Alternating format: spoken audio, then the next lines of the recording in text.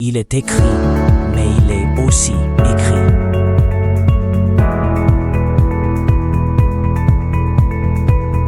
Il est écrit, mais il est aussi écrit.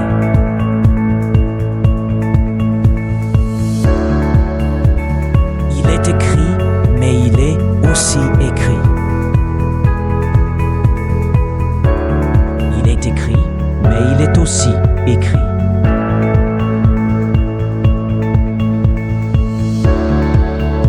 Il est écrit, mais il est aussi écrit. Il est écrit, mais il est aussi écrit.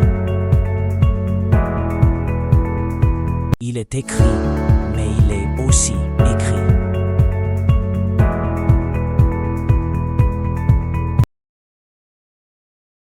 La doctrine de l'adoration de William Marion Branham a vu le jour du vivant de frère Branham. Tout a commencé au Canada, lorsqu'un frère est venu montrer à William Branham une inscription sur une petite fiche qu'il avait dans sa poche, qui disait ceci: « William Branham est notre Seigneur ». Il baptisait même au nom de William Branham.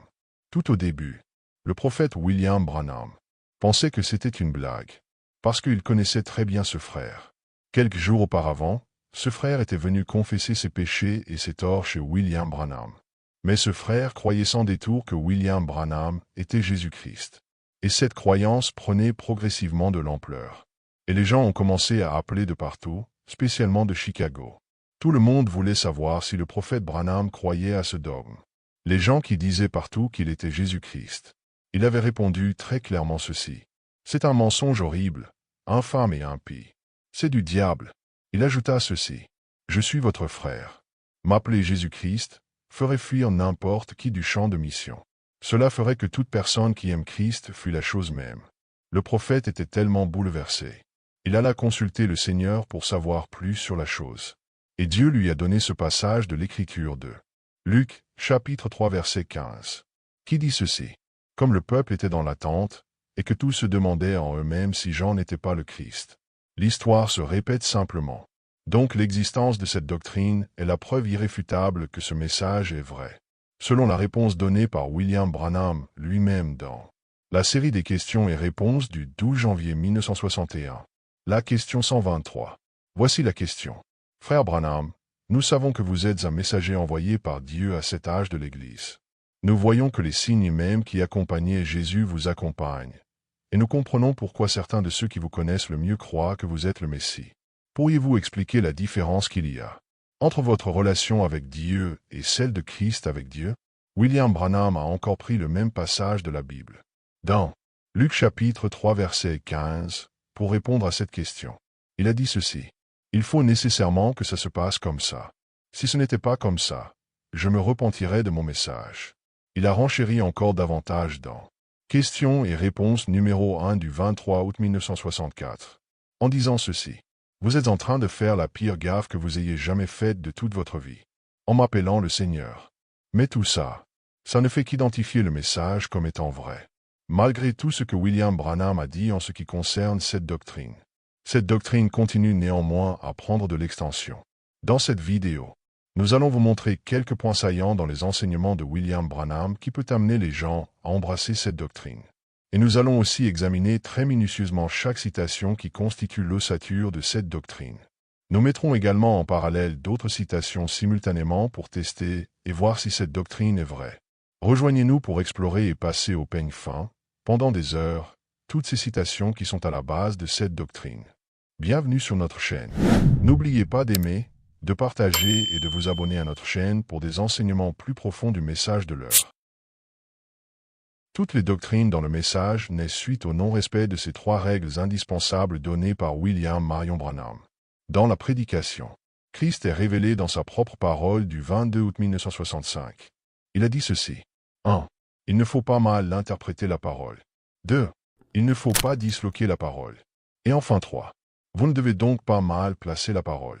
Nous allons étudier à fond cette doctrine et voir si ce groupe des frères qui adorent William Branham ne sont pas allés à l'encontre de ces trois règles. Faites-nous savoir dans les commentaires. Cette doctrine a vu le jour suite aux enseignements et citations ci-après. 1. L'enseignement sûr. la manifestation du Fils de l'homme. Les versets bibliques qui sont attachés à cet enseignement sont Genèse chapitre 18 versets 1 à 33, Luc chapitre 17 versets 28 à 30, Matthieu chapitre 23 versets 16 à 22. 2. Le témoignage de Julius Stadsclef qui a écrit le livre. William Branham, un prophète, visite l'Afrique du Sud. Les empreintes de William Marion Branham et les empreintes de l'ange s'étaient identiques. 3. Quelques citations sur les 7 tonnerres d'Apocalypse, 10 versets 3 à 4. Les 7 tonnerres qui se sont fait entendre ensemble, coup sur coup, comme s'ils étaient en train d'épeler quelque chose. Le nouveau nom de Dieu. Selon la prédication. Le premier saut au paragraphe 283 à 284. 4. La révélation qu'avait eue l'apôtre Pierre au détriment des paroles de Jésus-Christ sur le baptême. Matthieu chapitre 28 recommandation de Jésus-Christ à ses disciples. Et Actes chapitre 2 verset 38. L'apôtre Pierre qui est allé apparemment à l'encontre des instructions du Seigneur Jésus-Christ. 5. Les 3 mots nobles de la Bible que frère Branham répétait. Les 7 lettres dans le nom de Branham par rapport aux 7 pics. Et enfin 6. Quelques citations qui sont très mal lues par les adorateurs de William Marion Branham. Pour prouver que le nom du Seigneur Jésus-Christ n'est plus efficace. Prenons le premier. La manifestation du Fils de l'homme. Cet enseignement qui distingue les croyants du message des non-croyants. Ne pas croire à la manifestation du Fils de l'homme. C'est la preuve irréfutable qu'on n'est pas croyant du message du temps de la fin. Mais la manifestation du Fils de l'homme est l'adoration de William Branham. La frontière est trop fine entre les deux. Frère Branham a peint à plusieurs reprises le tableau de Genèse au chapitre 18, montrant comment Dieu, dans une chair humaine, accompagné par 2 anges, ont visité notre père Abraham, qui était la préfiguration de la semence élue d'aujourd'hui. Dieu était dans la chair humaine. Et les 2 anges qui sont descendus à Sodome sont la préfiguration des Oral Roberts et de Billy Graham. Voici quelques citations sur la manifestation du Fils de l'homme, qui rassure ce groupe des frères que William Branham est leur Dieu. Dans la prédication. Aujourd'hui, cette écriture est accomplie de 19 février 1965. Dans le paragraphe 206 à 207, frère Branham dit ceci. Et voici qu'il, dans Genèse, vers le chapitre 22, là, il dit encore, ou vers le chapitre 20, il a dit, et cet homme-là, il l'a appelé du nom d'Élohim. Pourquoi a-t-il fait ça? Dieu, représenté dans une chair humaine, qui s'est assis avec Abraham et qui a mangé un sandwich au veau. Il a bu du lait et mangé du pain. Dieu lui-même. Et il a disparu juste là, devant Abraham. Mais il lui a donné un signe, remarquez. Et ce signe, c'était qu'il avait le dos tourné à la tente. Voici encore une autre citation. Dans la prédication, lorsque leurs yeux s'ouvrirent, ils le reconnurent du 12 février 1964. Frère Branham dit ceci. Observez ce verset 30. Ici il parle de Luc chapitre 17 verset 30 et le connecte directement avec Genèse 18. Il dit ceci. C'est vraiment dégoûtant à voir.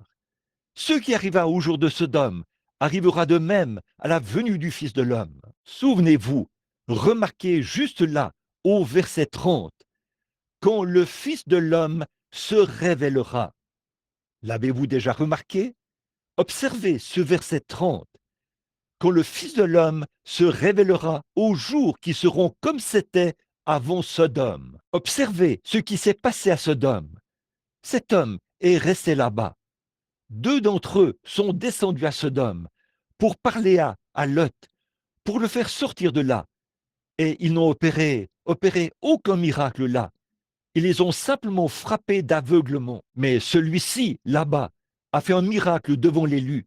Il avait le dos tourné à Sarah. Elle était dans la tente derrière lui. Il a dit, « Où est Sarah, ta femme ?» Il a répondu, « Elle est dans la tente, derrière toi. » Souvenez-vous, il l'a appelée Sarah, et lui, Abraham. La veille, il s'appelait Abram. Elle, c'était Saraï, pas Sarah. Et remarquez, il a répondu, « Elle est dans la tente, derrière toi. » Il a dit, « Je vais te visiter. » Qu'est-ce que c'était? Dieu dans la chair.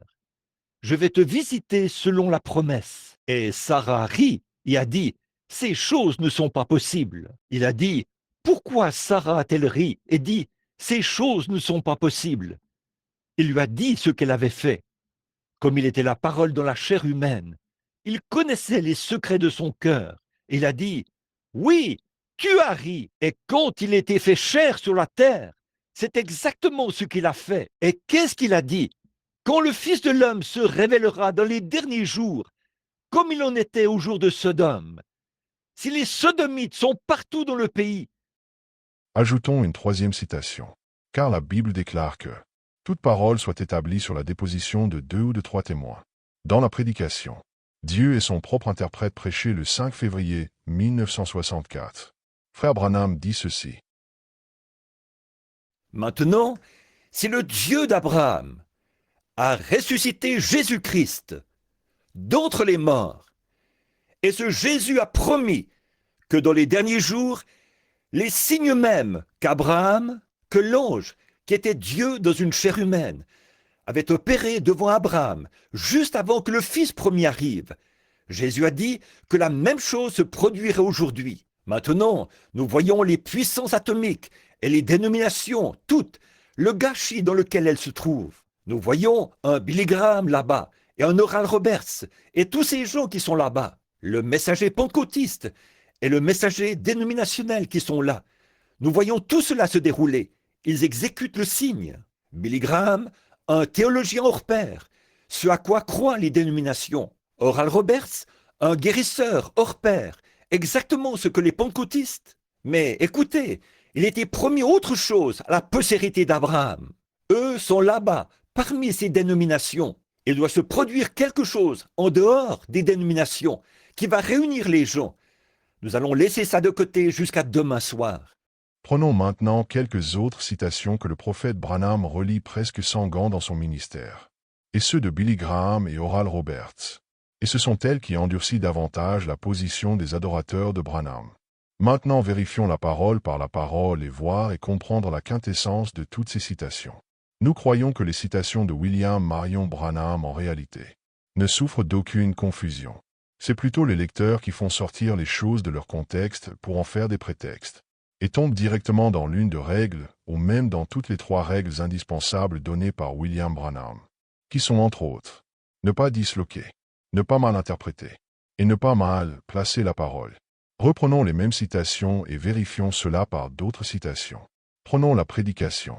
Aujourd'hui, cette écriture est accomplie le 19 février 1965.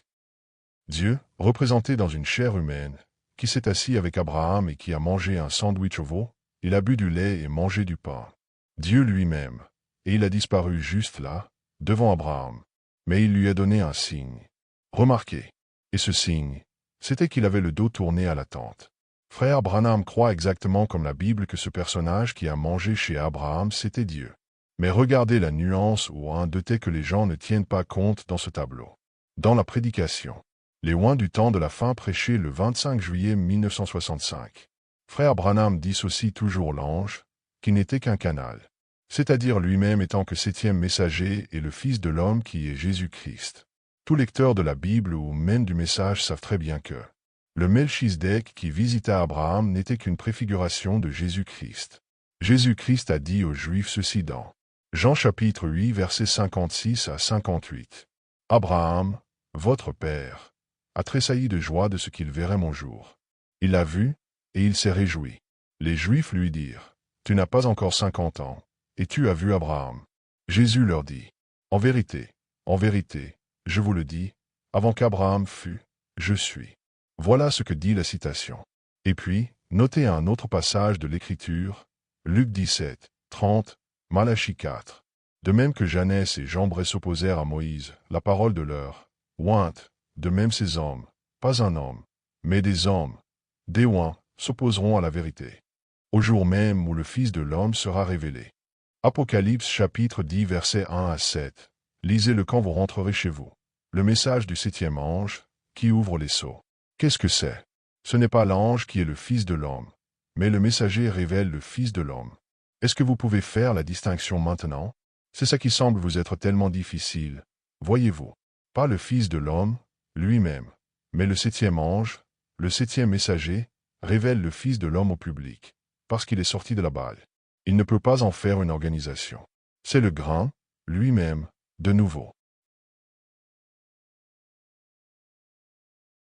Jésus-Christ. C'est vrai, vous voyez, un faux baptême. Remarquez, comparez-les entre eux, là, quand vous rentrerez chez vous. Remarquez, Matthieu 24, 24, Jésus qui parle. Paul, 2 Timothée 3, 8, beaucoup d'autres. Et là, comparez ça. Et puis, notez un autre passage de l'Écriture, Luc 17, 30, Malachie 4. De même que Jeannès et Jambres s'opposèrent à Moïse, la parole de leur ointe. De même, ces hommes, pas un homme, mais des hommes, des oints, s'opposeront à la vérité, au jour même où le Fils de l'homme sera révélé. Apocalypse 10, 1 à 7. Lisez-le quand vous rentrerez chez vous.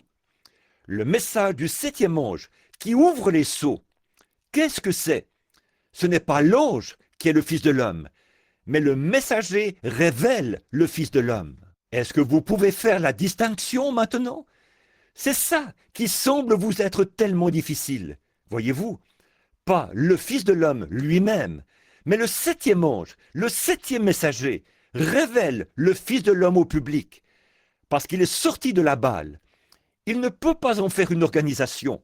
C'est le grain lui-même, de nouveau. Et en ce jour-là, Jeannès et Jambres s'opposeront. Des oints, des soi-disant croyants et des incroyants, l'Église formaliste et les pentecôtistes, s'élèveront contre le grain véritable. Mais laissez-les faire. Leur folie sera manifestée, comme la leur l'a été. Voyez, vous comprenez maintenant? Dans Apocalypse 10, il est dit « au jour de la voix du 7e ange ». Maintenant, souvenez-vous, le 7e, l'âge de l'église de Laodicée, la voix de cet ange-là, quand cet âge de l'église-là est déjà entré dans la dénomination et qu'il est devenu un âge de l'église. Il est probable que quelqu'un pourrait dire que cette citation n'est pas claire. Essayez de méditer sur le paragraphe 269 de cette même prédication. Les oints du temps de la fin. Frère Branham dit ceci. Maintenant, je veux que vous sachiez ceci avec certitude. Et vous qui écoutez cette bande, il se peut que vous ayez pensé aujourd'hui que je cherchais à dire ça de moi. Vu que c'est moi qui apportais ce message, je n'ai absolument rien à voir là-dedans. Je suis une voix, rien de plus. Et ma voix, contre mon propre gré même. J'aurais voulu être trappeur, mais ce que j'ai résolu de faire et que je suis déterminé à faire, c'est la volonté de mon Père. Je ne suis pas celui qui est apparu là-bas à la rivière. Je me tenais simplement là quand lui est apparu. Je ne suis pas celui qui fait ces choses et qui prédit ces choses qui arrivent d'une façon si parfaite. Je suis seulement quelqu'un qui est proche quand lui les fait. J'étais seulement une voix qu'il a utilisée pour le dire. Ce n'était pas ce que moi je savais. C'est seulement que je me suis abandonné et il a parlé à travers moi. Ce n'est pas moi. Ce n'était pas le 7e ange. Oh non. C'était la manifestation du Fils de l'homme. Ce n'était pas l'ange, son message. C'était le mystère que Dieu a dévoilé. Ce n'est pas un homme, c'est Dieu. L'ange n'était pas le Fils de l'homme.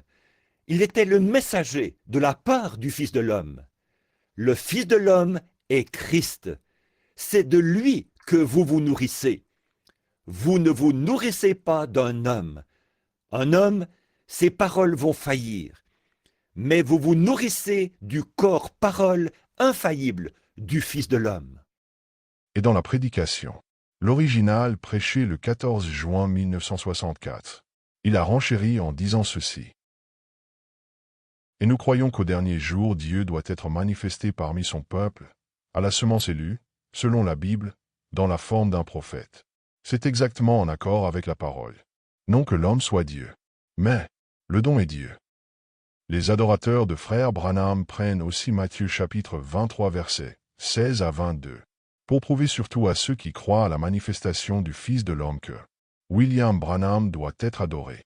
La Bible dit ceci dans ce verset. Commençons à partir du verset 16 du livre de Matthieu jusqu'au verset 22. Malheur à vous, conducteurs aveugles, qui dit, si quelqu'un jure par le temple, ce n'est rien. Mais, si quelqu'un jure par l'or du temple, il est engagé. Insensé et aveugle. Lequel est le plus grand, l'or ou le temple qui sanctifie l'or? Si quelqu'un, dites-vous encore, jure par l'autel, ce n'est rien. Mais, si quelqu'un jure par l'offrande qui est sur l'autel, il est engagé. Aveugle. Lequel est le plus grand, l'offrande ou l'autel qui sanctifie l'offrande? Celui qui jure par l'autel et par tout ce qui est dessus. Celui qui jure par le temple et par celui qui l'habite. Et celui qui jure par le ciel jure par le trône de Dieu et par celui qui y est assis. Il tire cette conclusion en disant ceci. Comme Dieu se manifestait dans la chair de William Branham. Le lieu d'adoration. L'objet d'adoration. Et le nom de l'adoration étant William Branham. Mais tous nous savons que Frère Branham dissocie toujours l'homme et la divinité dans tous ses sermons. Car Dieu qui s'appelle Jésus-Christ, et il est esprit. Jean chapitre 4 verset 24. Dieu est esprit, et il faut que ceux qui l'adorent l'adorent en esprit et en vérité. Le deuxième point. Le témoignage de Julius Stadsclef. Sur les empreintes de William Marion Branham et les empreintes de l'ange. Frère Branham dit ceci. Dans la prédication. Votre vie est-elle digne de l'Évangile? Prêché le 30 juin 1963. Et dans d'autres sermons que Dieu n'a pas d'autres mains que les miennes et les vôtres. Il n'a pas d'autres yeux que les miens et les vôtres. Il n'a pas d'autre langue que la mienne et la vôtre. Donc c'est assez simple à comprendre. C'est-à-dire, quand Dieu se manifeste physiquement, il prend automatiquement la forme de la chose qui le voile. Prenons quelques exemples dans la Bible. Le Seigneur Jésus-Christ nous montre comment il prend la forme de ses sujets ou son épouse. En disant ceci. Dans Matthieu chapitre 25 versets 34 à 40. Lors le jugement du grand trône blanc. Commençons au verset 34. Alors le roi dira à ceux qui seront à sa droite, « Venez, vous qui êtes bénis de mon Père, prenez possession du royaume qui vous a été préparé dès la fondation du monde. Car j'ai eu faim, et vous m'avez donné à manger. J'ai eu soif, et vous m'avez donné à boire. J'étais étranger, et vous m'avez recueilli. J'étais nu, et vous m'avez vêtu. J'étais malade, et vous m'avez visité. J'étais en prison, et vous êtes venus vers moi. » Les justes lui répondront, « Seigneur, quand avons-nous vu avoir faim, et t'avons-nous donné à manger? Ou avoir soif, et t'avons-nous donné à boire? Quand avons-nous vu étranger, et t'avons-nous recueilli? Ou nu, et t'avons-nous vêtu? Quand avons-nous vu malade, ou en prison, et sommes-nous allés vers toi? » Et le roi leur répondra, « Je vous le dis en vérité, toutes les fois que vous avez fait ces choses à l'un de ces plus petits de mes frères, c'est à moi que vous les avez faites. » Et l'apôtre Paul dit ceci dans Actes chapitre 22 versets 7 à 8. « Je tombai par terre, et j'entendis une voix qui me disait, « Saul, Saul, pourquoi me persécutes-tu? » Je répondis, « Qui es-tu, Seigneur? » Et il me dit, « Je suis Jésus de Nazareth, que tu persécutes. » Nous pouvons ajouter Actes chapitre 15 verset 14, qui dit ceci. Simon a raconté comment Dieu a d'abord jeté les regards sur les nations pour choisir du milieu d'elles un peuple qui porta son nom. En d'autres termes, l'épouse de Jésus porte le nom de Jésus. Voilà son nom. Elle se nomme Madame Jésus. Voilà pourquoi la parole dit ceci. Dans Éphésiens chapitre 3 verset 15, la Bible dit ceci. Duquel tire son nom toute famille dans les cieux et sur la terre. Donc, toute la famille des cieux se nomme Jésus. Toute la famille sur la terre se nomme Jésus. Le débat est clos en lisant ces versets. Même la colonne de feu n'est que la forme esprit de Dieu. Mais la seule différence entre le corps physique de Jésus-Christ et les autres masques que Dieu a portés se trouve à ce niveau. Le corps de Jésus-Christ de Nazareth restera pour toujours. Le temple de Dieu. Comme le dit le prophète William Marion Branham. Dans Questions et réponses sur Hébreu. Troisième partie. Au paragraphe 718. Il dit ceci. Dieu demeure entièrement, pour toujours et tout au long de l'éternité, dans ce corps parfait qui avait été défiguré. Donc les frères qui prennent 1 Corinthiens chapitre 15 verset 24. Qui stipule ceci. Ensuite viendra la fin, quand il remettra le royaume à celui qui est Dieu et Père, après avoir détruit toute domination, toute autorité et toute puissance. Les adorateurs de William Branham tirent la conclusion après avoir lu ce verset. Comme ceci. Le corps de Jésus-Christ est temporaire. Mais cette citation, dans la série des questions et réponses, rejette cette pensée en boucle. Étudions maintenant ensemble le troisième point. Les 7 tonnerres d'Apocalypse chapitre 10 verset 3-4. C'est ici que sortent plusieurs doctrines du message. Mais nous allons seulement parler d'un seul point, qui est en rapport avec cette doctrine. Il s'agit du nom nouveau de Dieu. Les frères qui adorent William Marion Branham disent que vous ne pouvez pas croire à la révélation de cette tonnerre et continuer à adorer et même baptiser avec l'ancien nom de Dieu qui est Jésus-Christ. Ils croient sans l'ombre d'aucun doute que ce nom appartient au passé. Ils prennent cette citation dans le premier sceau au paragraphe 283 à 284, qui stipule ceci. Et Jésus, son nom sur terre, c'était Rédempteur. Jésus, quand il était sur la terre, il était le Rédempteur, c'est vrai. Mais une fois qu'il a conquis la mort et le séjour des morts, qu'il les a vaincus et qu'il est monté en haut, il a reçu un nom nouveau. C'est pour cette raison que vous criez comme ils le font et qu'ils ne reçoivent rien. Ce sera révélé dans les tonnerres. Ici sur ce point, nous allons juste rester superficiels, parce que nous avons une vidéo en gestation qui traite largement sur les 7 tonnerres. La vidéo sera mise en ligne très bientôt. Nous, en ce qui nous concerne, nous ne voulons pas avoir l'audace de faire des conjectures. À propos du nom nouveau, Frère Branham nous conseille de ne dire que ce qui est sur les bandes. Dans la prédication, Dieu se cache et se révèle dans la simplicité. Dans le paragraphe 106.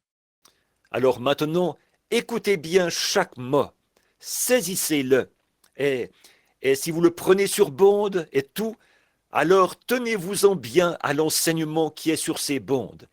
Ne dites rien d'autre que ce qui est dit sur cette bande. Dites seulement exactement ce qui est dit sur la bande. Voyez, en effet, certaines de ces choses, nous allons en comprendre pas mal long là-dessus. Maintenant, pourquoi c'est mal compris? Voyez? Et assurez-vous bien de ne dire que ce qui est dit sur la bande. Ne dites rien d'autre. Voyez? En effet, je ne dis pas cela de moi-même, c'est lui qui le dit, vous voyez? Et donc, très souvent, il y a de la confusion, des gens qui se lèvent pour dire « Eh bien, un tel a dit que cela voulait dire telle et telle chose. » Laissez-le donc tel quel. Vous voyez, c'est comme ça que nous voulons la Bible, exactement comme la Bible le dit. C'est comme ça que nous le voulons, exactement comme cela. N'y ajoutez pas votre propre interprétation. Elle est déjà interprétée. Vous voyez? Donc, qui a cru à ce qui nous était annoncé? À qui le bras de l'Éternel s'est-il révélé? Il a aussi dit ceci, dans la série des questions et réponses sur les sceaux, dans le paragraphe 10 à 11 ceci. Mais regardez, maintenant, permettez que je dise simplement ceci. Je suppose que c'est enregistré seulement pour nous et tout. Mais permettez que je le dise, voyez-vous, vous ne saisissez pas, voyez, et vous n'êtes pas censé saisir. Alors, ne cherchez pas à interpréter quoi que ce soit, vous voyez. Ne cherchez pas à y ajouter votre interprétation. Vous ne feriez que vous éloigner encore plus. Suivez donc mon conseil, si vous me croyez là, si Dieu m'a fait trouver grâce à vos yeux. Et vous savez que ces révélations et tout, il y a longtemps que je suis avec vous, vous voyez, et elles ont toujours été justes. Et maintenant, pour le prouver doublement qu'elles sont justes, elles s'accordent parfaitement avec la parole, voyez. Donc, vous savez que c'est ainsi dit le Seigneur. C'est exact. Vous voyez, vous en avez la preuve. Toujours à propos du nouveau nom de Dieu. Ce groupe des frères croit également le grondement des 7 tonnerres parle du nom nouveau. Dans la prédication, le 7e sceau, dans le paragraphe 255, Frère Branham dit ceci. 7, le nombre parfait de Dieu. 7. L'un à la suite de l'autre, simplement. 7 tonnerres se sont fait entendre ensemble, coup sur coup, comme s'ils étaient en train d'épeler quelque chose. Remarquez, à ce moment-là, Jean a commencé à l'écrire. Il a dit « Ne l'écris pas ». Il tire cette conclusion en disant ceci. Comme les grondements des 7 tonnerres se sont fait entendre ensemble, coup sur coup, comme s'ils étaient en train d'épeler quelque chose. Et il croit, comme le nom Branham comprend cette lettre et il y a eu 7 coups de tonnerre. Il conclut directement ceci. Ces 7 coups des tonnerres épelaient le nom Branham. Mais nous savons que c'est un raccordement frauduleux et ces raisonnements ne tiennent pas debout. Parce que le nom Branham existait déjà en Irlande avant le XVIe siècle. Ce nom ne peut en aucun cas être un nom nouveau. La génération entière des Branham a commencé avec les 2 Branham qui sont arrivés avec les premiers colons aux États-Unis d'Amérique. Nous savons qu'ils vont certainement riposter en disant ceci. Le nom de Jésus aussi existait avant la naissance de Jésus-Christ de Nazareth. C'était un prénom courant en Palestine à l'époque. Luc chapitre 3 versets 28 à 29. La Bible nous montre dans la généalogie de Jésus-Christ que quelqu'un d'autre a porté ce nom. C'est vrai. Jésus dans la chair. Il était fils de Melchi, fils d'Adi, fils de Cosam, fils d'Elmadam, fils de Er. Au verset 29. La Bible dit Jésus, fils de Jésus. Mais cela peut étonner que des novices, ceux qui n'ont pas la connaissance de la Bible. Le nom Jésus est un nom commun, c'est totalement vrai. Même le magicien pouvait porter ce nom, comme on peut voir dans le livre des Actes des Apôtres. Au chapitre 13 verset 6, la Bible dit ceci. Ayant ensuite traversé toute l'île jusqu'à Paphos, ils trouvèrent un certain magicien, faux prophète juif, nommé Bar-Jésus. Donc le nom Jésus existait, c'est vrai. Mais quand Dieu a porté ce nom, il était à la fois Seigneur et Christ, pas seulement quand il est monté au ciel, même quand il vivait sur la terre. La réponse de l'apôtre Pierre. Dans Matthieu chapitre 16 verset 16 explique tout. La Bible dit ceci. Simon-Pierre répondit, « Tu es le Christ, le Fils du Dieu vivant. » Et le prophète Branham enseigne et renchérit la même chose dans ses prédications. Prenons par exemple ce qu'il dit dans la prédication. Les fils de Dieu manifestés. Maintenant, vous, les frères trinitaires, je ne veux pas vous froisser, mais comment, au nom de la bonne parole de Dieu, pouvez-vous donc arriver à faire de Jésus une autre personne que Dieu lui-même? Si Jésus s'était permis de prendre une autre personne pour l'envoyer mourir, pour racheter quelqu'un ici, il serait un être injuste. Il n'y a qu'un seul moyen pour Dieu de le faire, c'est de prendre lui-même cette place-là. Et Dieu s'est fait chair pour qu'il puisse connaître les souffrances de la mort, afin de nous débarrasser de l'aiguillon et de la mort, que nous puissions être rachetés par sa mort à lui. C'est pour ça qu'il sera tant adoré. Jésus était un homme, bien sûr qu'il l'était. Il était un homme, H-O-M-M-E, né de la Vierge Marie. Mais l'esprit qui était en lui, c'était Dieu sans mesure. En lui habitait corporellement la plénitude de la divinité. Il était Jéhovah Jireh, il était Jéhovah Rapha, il était Jéhovah Manassé, il était Jéhovah notre armure, notre bouclier, notre guérisseur, il était l'alpha, l'oméga, le commencement et la fin, il était le premier, le dernier, celui qui était, qui est et qui vient, le rejeton et la postérité de David, l'étoile du matin. Oh, il était le tout. En lui habitait corporellement la plénitude de la divinité. Et c'est exactement ce que dit la Bible dans Jean chapitre 1 versets 1 à 14. Au commencement était la parole, et la parole était avec Dieu, et la parole était Dieu. Et la parole a été faite chair, et elle a habité parmi nous, pleine de grâce et de vérité. Et nous avons contemplé sa gloire, une gloire comme la gloire du Fils unique venu du Père. Colossiens chapitre 1 versets 15 à 18 dit ceci. Il est l'image du Dieu invisible, le premier-né de toute la création. Car en lui ont été créées toutes les choses qui sont dans les cieux et sur la terre, les visibles et les invisibles, trône, dignité, domination, autorité. Tout a été créé par lui et pour lui. Il est avant toute chose, et toute chose subsiste en lui. Il est la tête du corps de l'Église, il est le commencement, le premier-né d'entre les morts, afin d'être en tout le premier. Et nous pouvons ajouter aussi 1 Timothée chapitre 3 verset 16, qui dit ceci. Et, sans contredit, le mystère de la piété est grand. Celui qui a été manifesté en chair, justifié par l'Esprit, vu des anges, prêché aux gentils, cru dans le monde, élevé dans la gloire. 4. Encore autre chose concernant le nouveau nom de Dieu pour le baptême. Ils font référence sur la révélation qu'avait eue l'apôtre Pierre lorsqu'il a dit, dans le livre des Actes chapitre 2 verset 38 ceci. Repentez-vous, et que chacun de vous soit baptisé au nom de Jésus-Christ, pour le pardon de vos péchés, et vous recevrez le don du Saint-Esprit. Ils disent ceci.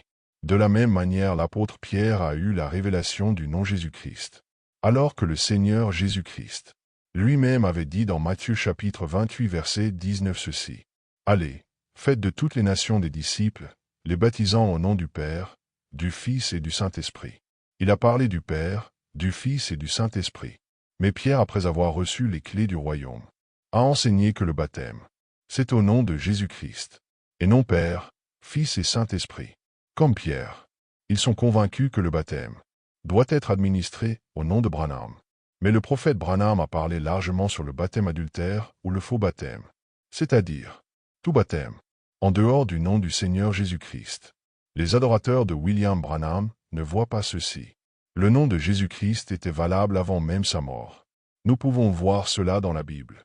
Dans Marc chapitre 9 verset 38, Jean lui dit, « Maître, nous avons vu un homme qui chasse des démons en ton nom, et nous l'en avons empêché, parce qu'il ne nous suit pas. » Jésus répliqua, « Ne l'en empêchez pas, répondit Jésus, car il n'est personne qui, faisant un miracle en mon nom, puisse aussitôt après parler mal de moi. Qui n'est pas contre nous est pour nous. Et quiconque vous donnera à boire un verre d'eau en mon nom, parce que vous appartenez à Christ, je vous le dis en vérité, il ne perdra point sa récompense. » Prenons aussi Luc chapitre 10 verset 17 dit ceci. Les 70 revinrent avec joie, disant, « Seigneur, les démons même nous sont soumis en ton nom. » Donc nous voyons clairement que le Seigneur Jésus-Christ n'a jamais refusé l'adoration en son nom. Contrairement au prophète de Dieu, William Marion Branham. Voici quelques citations concernant ce faux baptême. Prenons le lieu d'adoration que Dieu a choisi. De 1965, le prophète Branham dit ceci. « Je dis, mais vous n'avez pas pu passer dans la rue, la prendre et lui dire « Viens avec moi, Jones ». Il a fallu qu'elle devienne d'abord, par une cérémonie de mariage, une Jones. Sinon, vous vivez dans l'adultère. Et si vous êtes baptisé de n'importe quelle autre manière que dans le nom de Jésus-Christ, c'est un baptême adultère qui ne se trouve pas dans la Bible. Prenons aussi question et réponse numéro 1, de 1964. Quand ils m'ont écrit une lettre à ce sujet, quelqu'un ici, dans le Connecticut, ou quelque part comme ça, j'ai répondu à cette lettre en disant « Vous êtes en train de faire la pire gaffe que vous ayez jamais faite de toute votre vie. N'allez pas faire une telle chose. Vous voyez, vous ne pouvez pas. Eh bien, souvenez-vous bien de ceci, vous ici. Bon, vous le savez tous, que je ne dis pas à ces gens de faire ça. Je leur dis de ne pas le faire. Mais vous voyez, il faut que ces choses suivent les réunions. Pourquoi les gens m'appellent-ils le Messie? Pourquoi les gens? Ils s'emballent. Eh bien, un homme là-bas, l'autre jour, il me démontrait, il avait une petite chose, et il s'emballait.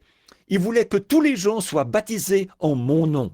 Ça ferait de moi un antichrist. Or, je ne suis pas pour ces choses-là. Et vous ici, vous le savez tous. Mais vous voyez, il faut que ça ne fait qu'identifier le message comme étant vrai.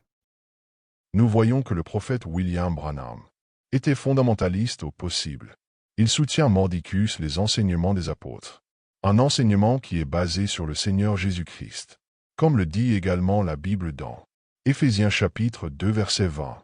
Vous avez été édifiés sur le fondement des apôtres et des prophètes, Jésus-Christ lui-même étant la pierre angulaire. Le prophète Branham appuie sa position en disant ceci dans la prédication, la voix d'un vrai prophète de Dieu, prêché le 13 mai 1962. Donc, on leur a apporté des enseignements qui ne reposent pas sur quoi? Le fondement de la foi qui a été transmise au Père pentecôtiste une fois pour toutes. Oui, la Bible. On a enseigné un faux purgatoire. On a enseigné un faux baptême. Tout est faux, faux, faux, dissocié de l'original. Vous ne le croyez pas? Revenez à la Bible. Prenez votre purgatoire. Prenez votre Père, Fils, Saint-Esprit, votre aspersion et toutes ces choses-là. Et revenez voir si c'est conforme aux Écritures. C'est ça qu'il faut faire. Voyez si ça repose sur le fondement. Voyez, ils ne sont plus sur le fondement. Et Paul en a parlé. La Bible dit que que l'Église de Dieu est fondée sur la doctrine des apôtres et des prophètes. Les prophètes et les apôtres, il faut que ce soit pareil, bien sûr. 5. Les 3 mots nobles de la Bible et les 7 pics. Les adorateurs de William Branham font sortir beaucoup des choses de leur contexte pour en faire un prétexte. Ils veulent à tout prix prouver que le nom de Jésus-Christ n'est plus valable. Ces 3 mots sont d'abord bibliques. Et frère Branham n'a jamais dit que le nom de Jésus-Christ est inefficace devant les démons. Mais il a plutôt dit ceci.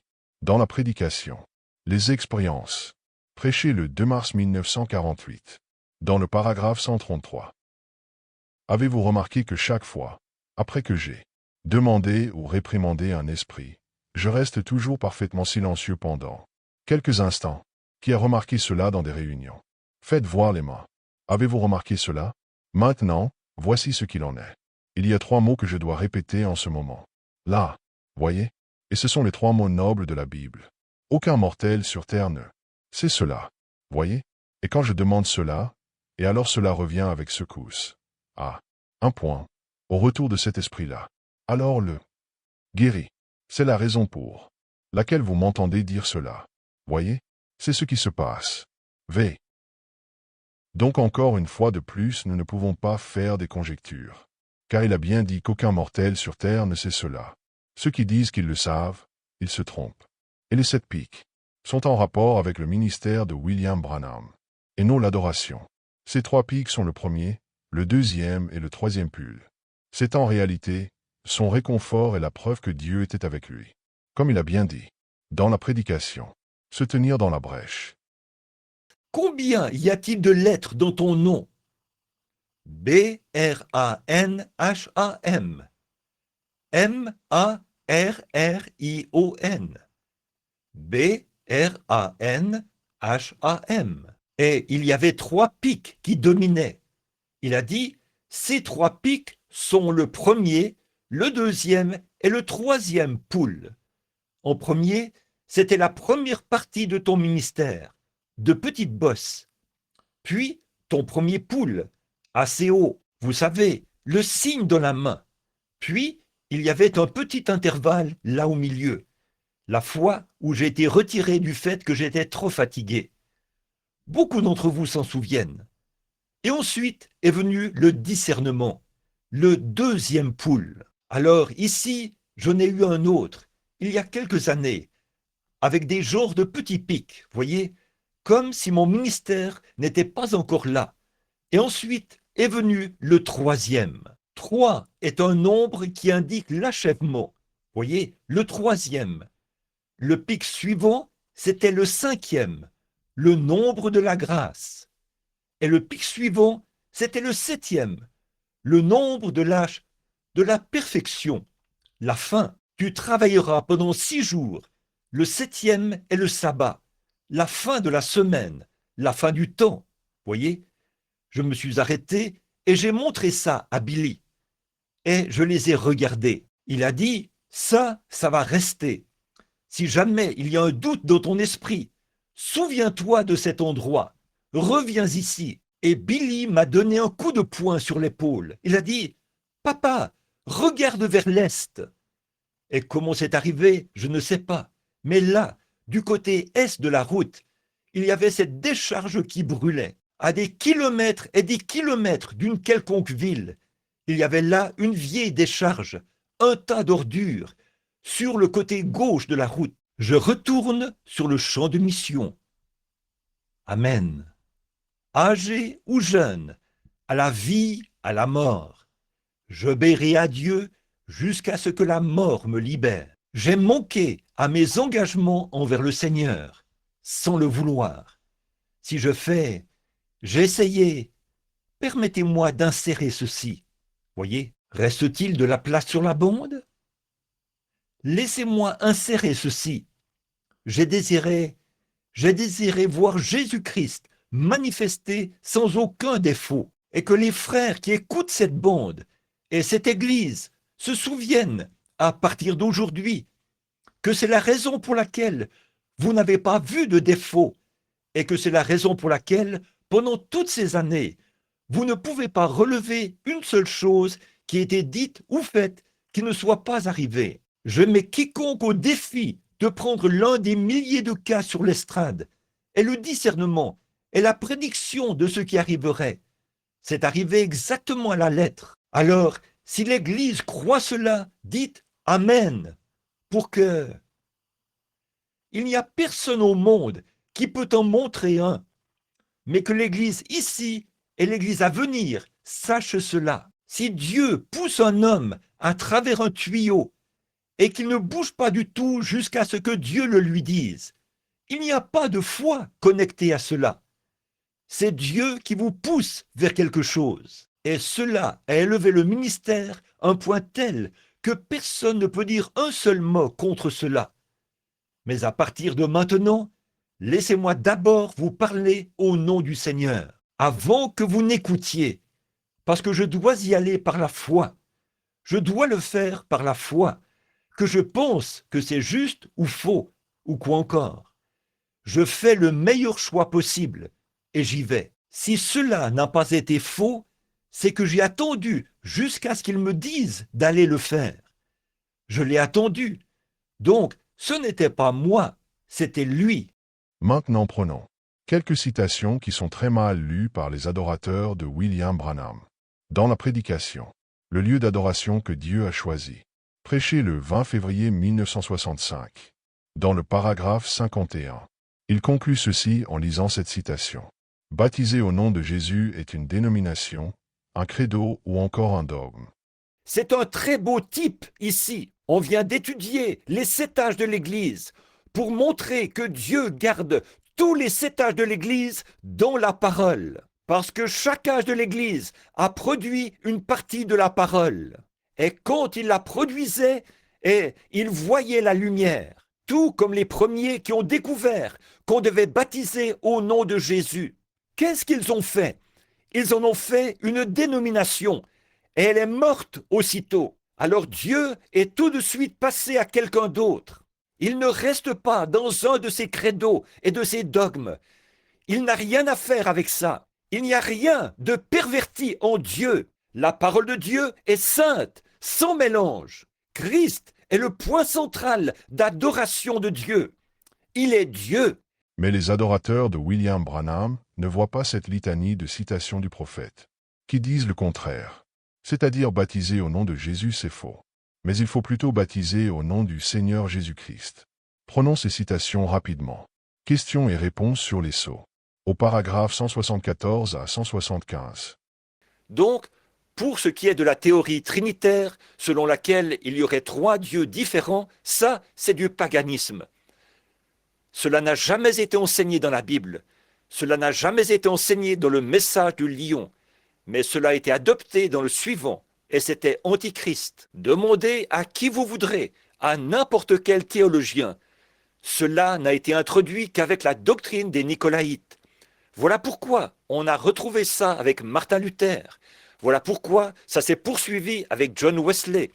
Et ça s'est transmis jusque chez les pentecôtistes. À l'époque où les pentecôtistes sont sortis, ils ont formé le groupe des Jésus seuls. Maintenant, ça aussi, c'est faux. Comment Jésus pourrait-il être son propre Père? Voyez? Donc, voilà qui règle cette question-là. Quand vous baptisez au nom de Jésus seulement, c'est faux.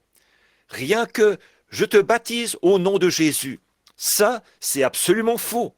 Je connais beaucoup de Jésus. Voyons, dans les pays latins, il y en a tout plein des Jésus. Mais il s'agit ici du Seigneur Jésus-Christ, ce qui exprime précisément qui il est. Il y a beaucoup de Branham, si vous voulez parler de moi personnellement, mais je suis le seul William Marion Branham. Ça, c'est moi. Mais il y a beaucoup d'autres William Branham, et tout, un peu partout. Ajoutons encore. Question et réponse numéro 1. Du 23 août 1964. Question 254. Paragraphe 199. Est-ce que le nom de Jésus-Christ est valable pour le baptême, ou s'il doit être administré au nom du Seigneur Jésus-Christ? L'un ou l'autre. Moi, je prends Seigneur Jésus-Christ, vous voyez, parce que je pense qu'il est notre Seigneur. Maintenant, seulement le nom de Jésus, dans lequel certains de nos frères baptisent, ça, je ne suis pas d'accord, vous voyez, parce que je sais que j'ai beaucoup d'amis appelés Jésus, beaucoup d'amis prédicateurs au Mexique et en Italie et ainsi de suite. Ils les appellent Jésus, et donc Jésus, ce n'est pas suffisant. Il est né le Christ, le Sauveur, à sa naissance, le Sauveur, le Christ, le oint. Et 8 jours plus tard, il a reçu le nom de Jésus. Voyez, alors il était le Seigneur Jésus-Christ. C'est ce qu'il était. Très bien. Frère Branham dit encore ceci. Dans la prédication, la foi parfaite, prêché le 25 août 1963, dans le paragraphe 190.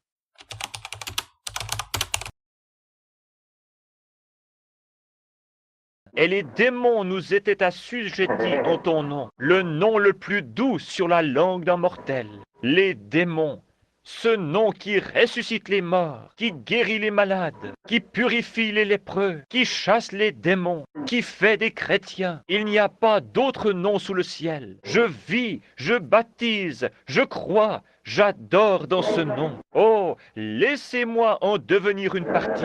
Laisse-moi perdre mon moi et le retrouver, Seigneur, en toi. Ce nom, Jésus-Christ, le Messie oint. Laisse-moi me frayer un chemin à travers la boue de l'incrédulité, afin de refléter la beauté de Jésus-Christ, le même hier, aujourd'hui et éternellement.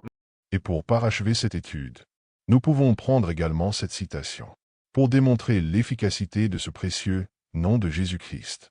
Dans la prédication, l'année du Jubilé, prêché le 3 octobre 1954, dans le paragraphe 53. Maintenant, ça semble terrible, mais j'étais là, il y a quelques soirs, et je voyais se produire la même chose. Quand des hommes emmènent leurs filles, de jeunes femmes, et les mettent sur le marché d'esclavage, et les déshabillent, et les vendent comme esclaves. Un des gars qui était, il n'est pas de notre groupe, mais il s'était uni à nous, cette fois-là. Il avait acheté une jolie jeune femme, pour la somme de 35 $, et avait des papiers légaux comme vous avez un titre de propriété sur une voiture. Quelques-unes se vendaient 10 $. D'autres étaient simplement données. Et, de toute façon, là où le nom de Jésus-Christ n'est pas respecté, les êtres humains et les femmes ne sont plus ou moins que des animaux. Le prophète Branham a encore dit ceci. Dans la prédication, Israël à la mer Rouge, deuxième partie ceci. Paragraphe 203-204. Israël à la mer Rouge, deuxième partie. Et ce que ce bâton était dans la main de Moïse, c'est ce que le nom de Jésus est dans l'Église aujourd'hui. C'est vrai. C'est la vérité, mon frère.